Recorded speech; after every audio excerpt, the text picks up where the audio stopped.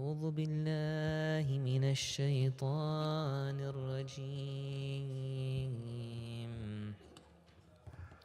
بسم الله الرحمن الرحيم الحمد لله رب العالمين والصلاة والسلام على سيدنا ونبينا وحبيب إلهنا وطبيب نفوسنا أبي القاسم المصطفى محمد وعلى أهل بيته الطيبين الطاهرين المعصومين المنتجبين المطهرين لا سيما بقية الله في الأرضين روحي وأرواح العالمين له الفداء ولعنة الله على أعدائهم أجمعين إلى قيام يوم الدين. Dear brothers and respected sisters, Assalamu alaikum wa rahmatullah.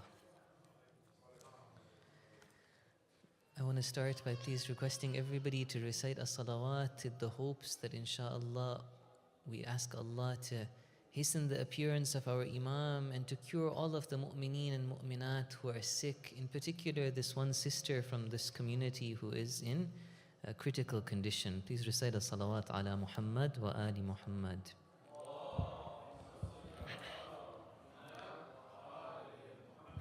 One more salawat also again for all, as a reward that we send to all of our forefathers and all those mu'mineen and mu'minat who came before us, who somehow would have loved to be here in these gatherings today, in particular this marhum Sayyid Rida. Sallu ala Muhammad wa ali Muhammad.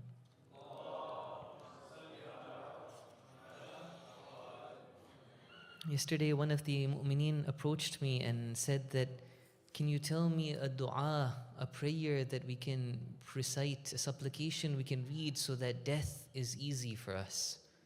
Okay, so I told him that the main thing that we need to work on in our lives is our taqwa, our servitude to God, obeying Allah. But then I also said that this relationship we have with the Ahlul Bayt alayhimus salam is something that inshallah will help us at the time of death. In one of the ahadith we have that the sixth Imam alayhi salam is talking to somebody from Iraq called Misma' Kurdin or Kirdin. There's different apparently theories on how to pronounce the second name. So the Imam tells this person, "Oh Misma', you're from Iraq, right? Do you go to the grave of Hussein alayhi salam?" And Misma' says that, "No, I am somebody famous in Basra, and there are spies, there are people who hate the Ahlul Bayt, people who are working for the Caliphate, the Umayyad Caliphate, and so I'm scared. It's not easy, it's not safe for me to go for ziyarah." And so then the Imam says, "Fine, do you remember what happened to the Ahlul Bayt, to Imam Hussein alayhi salam?" He says, "Yes, definitely I do." The Imam asks him, "When you remember, do you become stressed out? Do you become sad?" And he says, "Yes, by Allah, definitely. I cry. And my family sees me in this state that I become sad and I'm crying. I'm not eating food properly." Then the Imam does dua. Imam Sadiq alayhi salam, he does dua for this Shia. He says, "Rahimallahu dam'atak." May Allah have mercy on these tears of yours. Verily, you will be counted from those people who are sad when we are sad, or sad for us. They are happy when we are happy. And then he goes on to say that, "Verily, at the time of death, you will see my forefathers."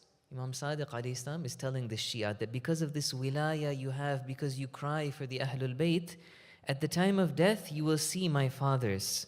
And you will see that they are telling the angel of death to basically go easy on you.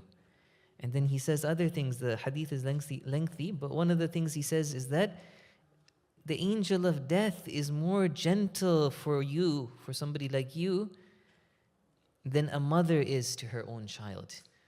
So inshallah, brothers and sisters, again, as I am always kind of starting with in these days, I just want to reiterate the importance and the value and the honor we should give to these gatherings. When we come to these gatherings, we should realize that these are an opportunity for us to reform ourselves, perfect ourselves, achieve our potential in life, which is nothing different than connecting to the Ahlul Bayt alayhimus salam. It is by connecting to the Ahlul Bayt, doing tawassul to them, following them, learning their teachings, that we can attain our success in this world and in the hereafter. You know, there is so much levels of perfection that we can attain in this world if we only work on it. If we only work on being a good servant of Allah, there is an unlimited level of proximity that we could work on going towards. What amazing perfections, spiritual perfections in particular, are there that God has given us the ability that we can reach. We were talking in the last few nights about ubudiyah, servitude to Allah. Now see, there is one level of ubudiyah which is apparent, where we walk the walk of a believer. We act in accordance with the Sharia. We talk, when we talk, we don't, for example, backbite, we don't swear, we don't commit sins with our tongue, with our eyes. When we interact with other people, we adhere to the teachings of Islam. All that is one level of ubudiyah in our actions, or even we can say in our akhlaq, in our belief. This is a first level, but beyond that, there are higher levels for somebody who submits to God, for somebody who works on that relationship with Allah. They can attain levels that we cannot even imagine and we cannot even describe. The heart of a human being can witness certain realities if only we purify it, if only we take care of it. In one of the ahadith, the sixth Imam alayhi salam is talking to an elderly man called Unwan al-Basri. This is a very, very beautiful, lengthy, important hadith. Unwan al-Basri has come to the Imam humbly seeking to benefit from the knowledge of the Imam. He's asking the Imam, "Oh Imam, give me from your knowledge." So the Imam tells him something, that this knowledge of us, the Ahlul Bayt, is not any normal kind of knowledge. It's not the knowledge that you get by reading, by studying, by just listening. He says, لَيْسَ الْعِلْمُ بِالتَّعَلُّمِ إِنَّمَا هُوَ نُورٌ يَقَعُ فِي قَلْبِ مَنْ يُرِيدُ اللَّهِ تَبَارَكَ وَتَعَالَى أَنْ يَهْدِيَهُ. The Imam Sadiq alayhi salam is telling this elderly man that, listen, there is a special kind of knowledge. This is what I'm saying, that the levels of perfection of a human being reach such levels. The Imam says there's a special kind of knowledge that doesn't come about by studying. This knowledge is a nur, it is a light that Allah will kindle in the heart. He will place it in the heart of whoever He wants. So then, O Imam Sadiq, how do we get this if it's up to God? This is what I was saying, the will of God is not separate from the will of a human being. How do we attain this special knowledge of the Ahlul Bayt, this special nur? Imam says, فَإِنْ أَرَدْتَ الْعِلْمِ فَاطْلُبْ أَوَّلًا فِي نَفْسِكَ حَقِيقَةَ الْعُبُودِيَّةِ. That if you want this special knowledge of the Ahlul Bayt, you have to first of all work on bringing about the reality of servitude, حَقِيقَةُ الْعُبُودِيَّةِ, being a humble servant to Allah. So just a humble reminder to myself and all of you, dear brothers and sisters, that in these nights, if we have something that we want to ask the Ahlul Bayt for, Imam Hussein alayhi salam for, we should not just be asking for the dunya. My dua should not just be that I am healthy or that I have, a good family, money. Okay, all that is important, a good job. All that is important if it is in the path of being a servant of Allah. But the real perfection, the real thing that the Ahlul Bayt are there to give us are these higher spiritual levels that we want to work towards, inshaAllah. In that regard, I thought I would narrate a really nice story as well. There was a great scholar that lived about 200 years ago called Ja'far Shushtari. Shushtar is like a small city or a village in the southwest of Iran. So he was from that city, Shushtar, or in Arabic they would say Tustar. Ja'far al-Tustari in Arabic. He from there, he went and studied in Iraq for a long time in Najaf al-Ashraf. When he returned to Iran to start preaching and helping his community, initially he found that he was very much dependent on books. Okay, this is a specific example of his situation, but we want to kind of extract a bigger lesson from this.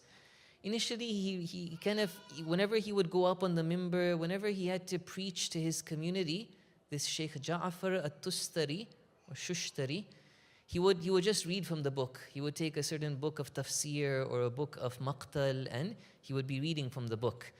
Finally, the time came that he was upset with himself. He's like, why am I so dependent on books? If only I had this kind of deep understanding of Islam.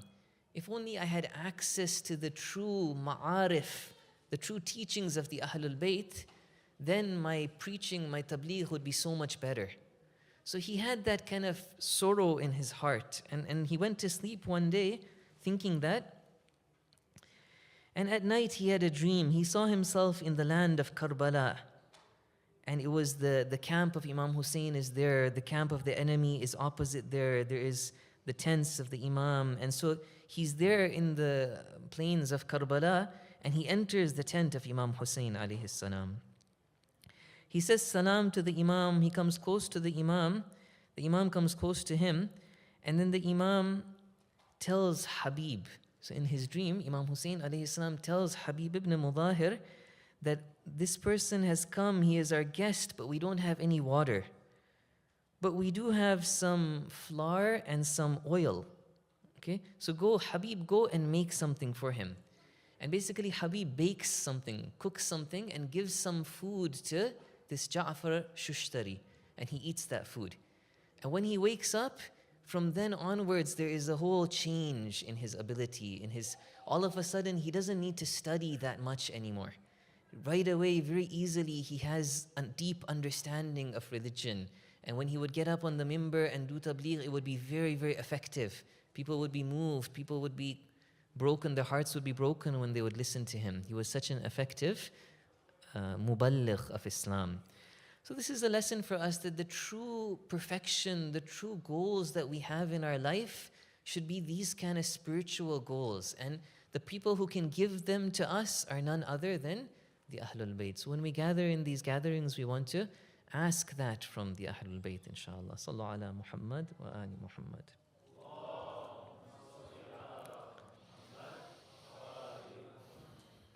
Today I wanted to continue with the discussion we started yesterday. We were talking about how we want to join the caravan of Imam Hussein. We want to implement the teachings of the Ahlul Bayt in our lives. And one of them that we had started to talk about is that we want to be people who give importance to ibadah, to worship in our life.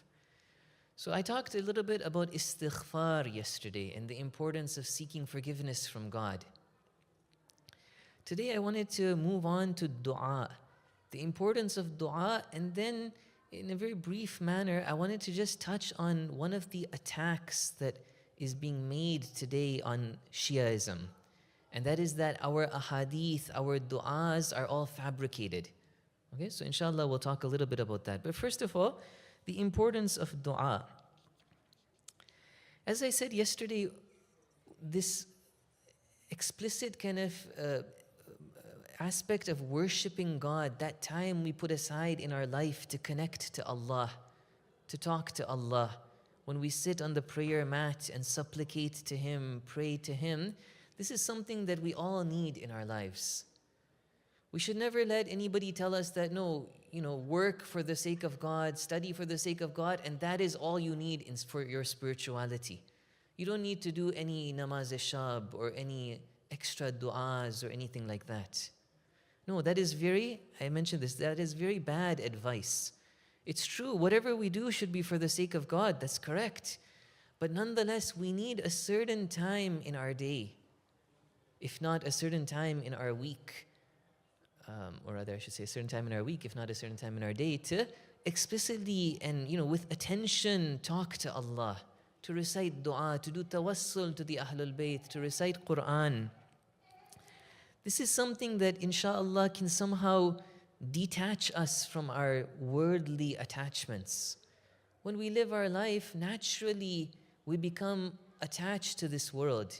If my day-to-day, morning-to-night routine is just immersed in this dunya, all my life I'm just thinking about how I'm going to work, how I'm going to earn money, how I'm going to deal with Mr. X and Mr. Y and Mr. Z and Mr. Z, then the problem is that I can easily somehow attach my heart to this world and not, which is a problem. Islam wants us to not be so attached to this world. Okay, so one of the things that will really help us in this regard to strengthen our relationship with Allah, to soften our heart, to attach ourselves to that true perfection, Allah Ta'ala, the hereafter, is to put aside time to recite dua. How many beautiful du'as do we have? This is really something that the Shia madhab is very, very unique in that we have this. Bring me any other faith, any other creed that has such beautiful, such deep, such profound supplications. We have so many of them. We don't need anybody to come and write any kind of supplication themselves. We have in our turath, in our ahadith of the Ahlul Bayt, such amazing du'as for different situations, du'as for different states that a human being may be in. Inshallah, I'll mention one example of that shortly. But basically, this is something that we all need. I mentioned yesterday that if we strengthen our relationship with Allah, then when we are tested in life, when God tests us, when some difficulty comes, because definitely difficulty will come. Nobody's life is going to be always rosy and go the way we want it to. There will be difficulty, and when that difficulty comes, it is that relationship that we have with Allah that it can inshallah come to our aid at that time. We have this in ahadith. In one of the ahadith of Imam Sadiq alayhi salam, he says, "Man taqaddama fi ad-du'a istajiba lahu idha nazala bihi al-bala' wa qalat al-mala'ika sawtun ma'ruf." Very, very beautiful. Okay, I won't read the rest of it, but the idea is this, that the angels, it's like maybe we can say almost symbolic language that Imam Sadiq alayhi salam is showing us through, that when somebody used to regularly do dua, they were always somebody who talked to God. Then when affliction comes in the life of that person, when they are all of a sudden stressed out, life is going bad for them, they're sick, they're in danger, they're interacting with people who are very difficult to interact with, okay?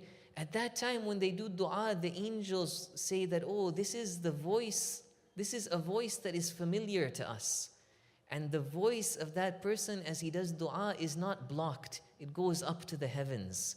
Meaning what? Meaning that his dua is answered, he somehow benefits from that dua appropriately, he is able to control his anger, control his desire, be a humble servant of God in that difficulty that comes upon him.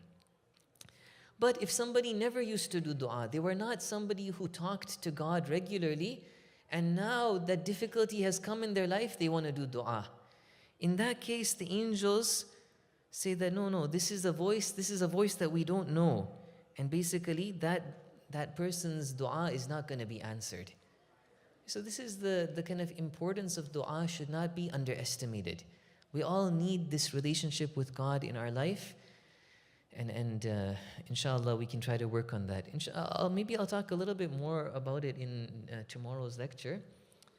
One example of du'as I wanted to give is something called munajat khamsata ashar. There's 15 whispered supplications that are narrated from Imam Sajjad alayhi salam. These are very, very beautiful du'as, very beautiful munajat. there's one, each munajat from these 15 whispered supplications are somehow for a different state that we can be in. One of them is munajatut ta'ibin, somebody who's repenting to God. One is munajat ar-raghibin, somebody who is somehow like, seeking God. One is somebody who is scared of God. One is for somebody who is, remembering God. Different states that we can be in. There is this munajat that Imam Sajjad alayhi salam has taught us. These munajat, these du'as, my dear brothers and sisters, are full of profound, deep teachings of Islam. We have great ulama who are mujtahids and who have studied in the hawza to the highest level, and then they spend their life commenting on these du'as, explaining these du'as, writing sharh and explanations of these du'as. So this is really an opportunity we have in our lives to read such material, to benefit from it, to allow it to hit at our heart. If somebody every day reads one of these munajat khamsata ashar, definitely if they read it with tawajjuh, or they read it with paying attention, trying to absorb the meanings of these words, then that would bring about a change in their life.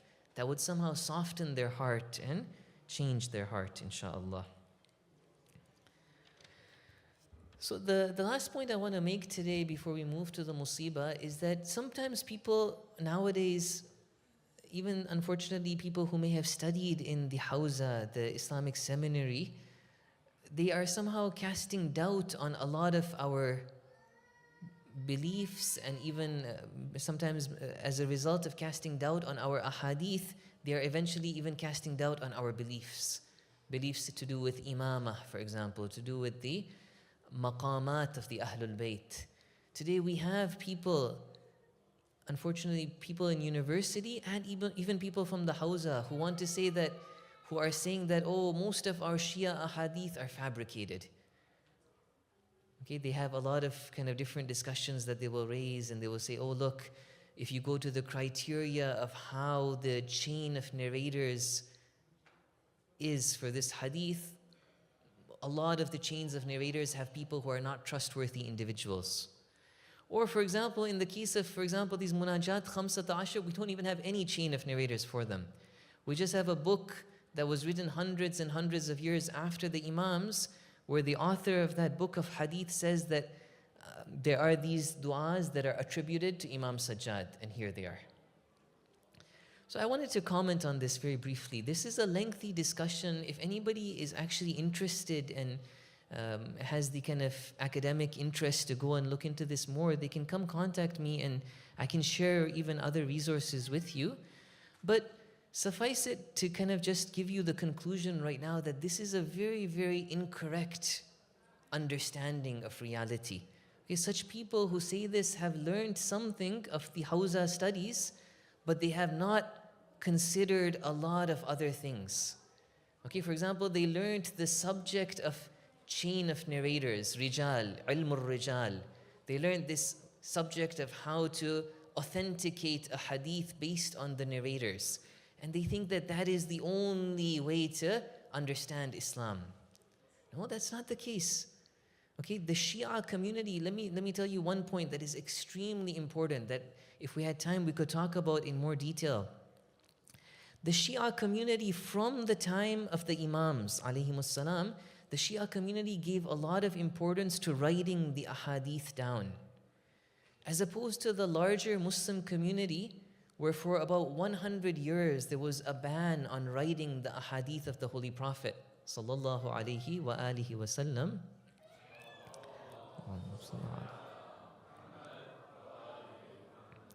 In the larger Muslim community, it was like forbidden. You couldn't write down the hadith.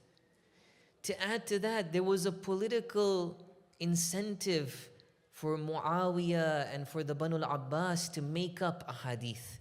It was a game. They would pay people like Abu Huraira to just make up a hadith.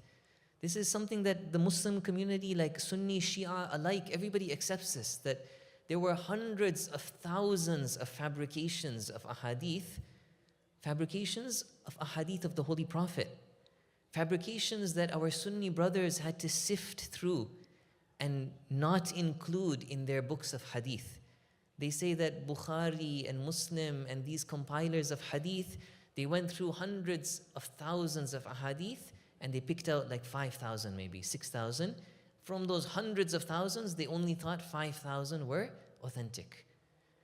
This was the case in the larger Muslim community. This was not the case in the Shia community. In the Shia community, from the beginning, the Shia were writing down ahadith. While the Imams were still alive, they had books of hadith that were circulating amongst the community. Somebody would come to the Imam and he would tell the Imam, teach me how to pray, but don't worry, I've already read this book of hadith. There were books of hadith. Copies were being made of these books while the Imams were alive. The Imams were overlooking this organized system of teaching hadith.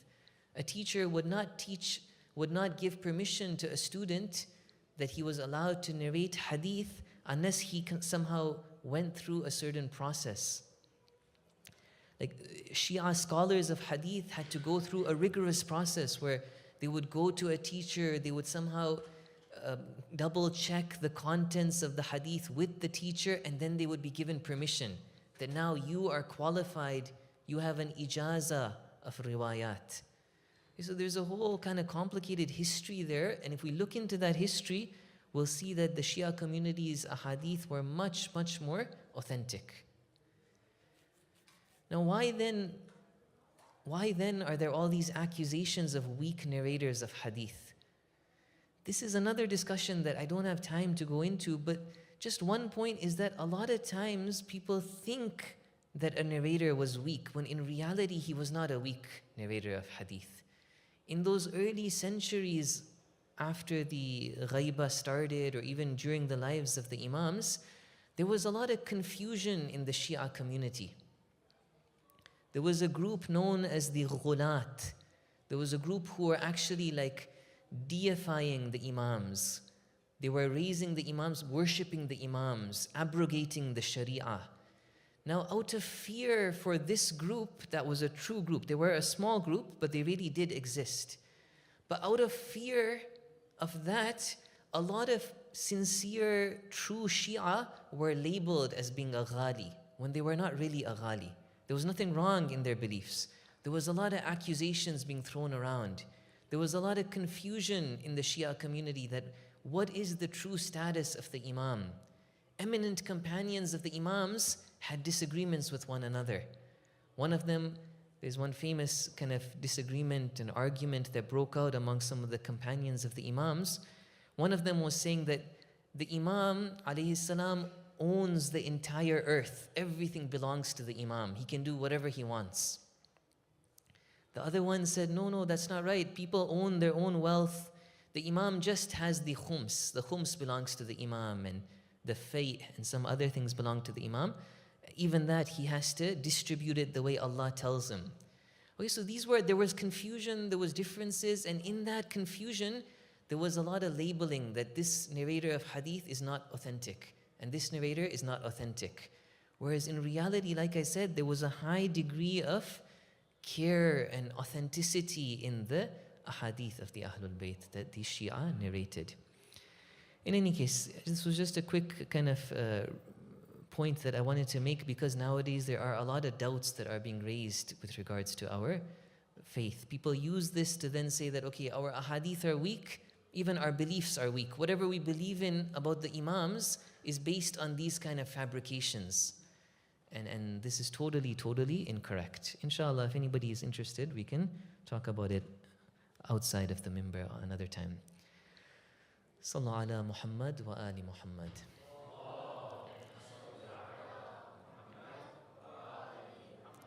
One last point about dua, and then we move to the musibah, my dear brothers and sisters. When we see the suffering that is happening in the Muslim world today, when we see what is happening to our dear brothers in Palestine, when we see that day in, day out, innocent people are being killed, schools are being bombed, an entire population is being starved to death, and the so-called supporters of human rights are unashamedly not doing anything about it. Okay, when we see all of this, sometimes we are at a loss for what we can do. To a certain extent, that's natural, and that's to be expected. Living here in our situation, maybe there isn't that much in terms of dunyawi asbab, in terms of the cause and effect of this material world. Maybe there's not too much that we can do to help our brothers and sisters in Palestine. But one thing we can do and one thing we have to do is dua. Okay, the very least we can do for all of the other believers is to pray for them. And again, like I said, we have so many beautiful du'as, Sahifa Sajjadiyah, that inshallah my dear father will be teaching some classes about on this weekend. It has du'as to do with warfare. It has du'as to do with difficulty. We can read these du'as sometimes and remember our brothers and sisters who are suffering, inshallah. With that, let us move now to the musibah. Assalamu alayka ya Aba Abdullah. وعلى الأرواح التي حلت بفنائك عليك مني سلام الله أبدا ما بقيت وبقي الليل والنهار ولا جعله الله آخر العهد مني لزيارتكم السلام على الحسين وعلى علي بن الحسين وعلى أولاد الحسين وعلى أصحاب الحسين.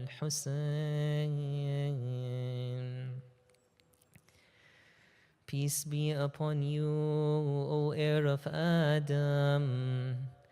This is beautiful poetry that has somehow tried to render the Ziyarat al-Warith. So we are addressing Imam Hussein, the heir of Adam, the trustee of Nuh, with some description of him. Peace be upon you, O heir of Adam, direction of angels in prostration. Peace be upon you, O trustee of Nuh, fastest and widest ship of salvation. Peace be upon you, son of Ibrahim, O the one chosen as Dhabhun Azim. Peace be upon you, cherished of Musa, who sets water gushing from eyes as streams. Peace be upon you, O breath of Isa, whose being revives hearts dead for certain. Peace be upon the love of Muhammad, one who was robbed of his ring and turban. Peace be upon you, O Rose of Ali, whose children were tortured without reason. Peace be upon the brother of Hassan, he who received arrows but no kafan. My dear brothers and sisters, today we want to remember a very important person from the tragedy of Karbala. That is none other than Zainab bint Ali alayha salam. Who was Zainab? At a time when other eminent individuals of that society, people who thought they were people of knowledge and spirituality, people who called themselves scholars and jurists and so on and so forth, they didn't recognize their responsibility. They didn't recognize that they have to submit before Hussein ibn Ali, and no matter what, they have to join up with the Imam. In that difficult situation, Zainab recognized her difficulty, her responsibility. Zainab was somebody who never faltered. Not only did she go without her husband to join the Imam, but she even took her son with her. Her son, the son of her husband. We have, it may surprise some of you dear brothers, but we have apparently in history that Aoun was her son. Aoun and Muhammad were both the sons of Abdullah bin Ja'far. The son of Abdullah, their father, was the son of Ja'far al-Tayyar, the brother of Amir al-Mu'mineen alayhi salam. Aun was the son of Zainab. Muhammad was the son of another wife of Abdullah, Khawsa, another eminent lady. But regardless, Zainab takes these two boys and goes with her brother and joins the caravan of Imam al-Hussein. When we see prior to the tragedy of Imam Hussein, prior to the day of Ashura, there are some times that we see in the books of history that maybe the patience of Zainab falters a little bit.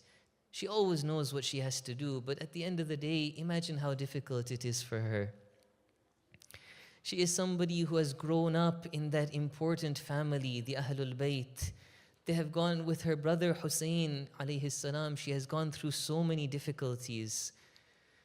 They have seen the loss of their grandfather. They have seen what happened to their mother when they were young children. They lost their father. They lost Hassan alayhi salam, the only one left from her family. The only one left from the Ahlul Kisa now for Zainab is Hussein. She is attached to him. She loves him. She recognizes she has ma'rifat of who he is. We see that, like I said, prior to the day of Ashura, there are some instances in the books of history where her patience falters a little bit. But subhanallah, after the day of Ashura, we see Zainab. We see Zainab as an unending source of strength and honor and patience. We see her like she is Amir al-Mu'mineen, like she is Hussein ibn Ali leading that camp, that caravan. But let us go to one of those instances when her patience falters on the night of Ashura. Sheikh al-Mufid narrates from Imam Sajjad alayhi salam that on the night of Ashura, Imam Sajjad says, I was sitting that night, the night of the day that my father would be killed. I was sitting and my aunt Zainab was taking care of me. When my father stepped aside, my father went into his tent. With him was the slave of Abu Dhar al-Ghaffari. He was sharpening the sword of my father. When my father Hussein begins to recite some lines of poetry, Ya dahru uffin laka min khalili, كم لك بالإشراق والأصيل من صاحب وطالب قتيل. Imam Hussein alayhi salam is disparaging this dunya. He's speaking bad about the world. He's saying, how unloyal are you, O dunya? How many people were there who went after you, who wanted to be your friend, and you did not suffice with anything other than killing them.